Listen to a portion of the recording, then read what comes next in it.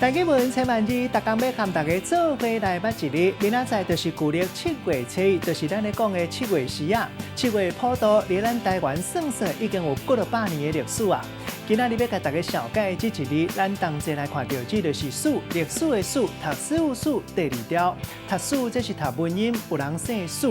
像讲演过黄俊阳报第2，轰动武林，惊动万教主角，就是史艳文。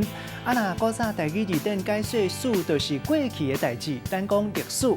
互医生看的记录，咱即马讲是病史，也佫有记录较大，咱讲是有史以来。这个病音读做史。带大家做过来小解这2个词，头一个就是历史。一般来讲，过去发生的代志，拢会当讲是历史。也毋过，咱会特别讲是有重大影响力、值得记录落来的代志。第2个词读做史料，也就是历史资料。咱用一句话来举例，甲这2个词合做伙。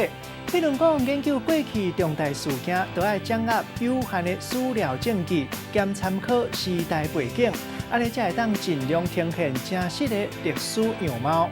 今仔日小解这一日读做史，这是文音；鼻音读做史，提供给观众朋友来参考。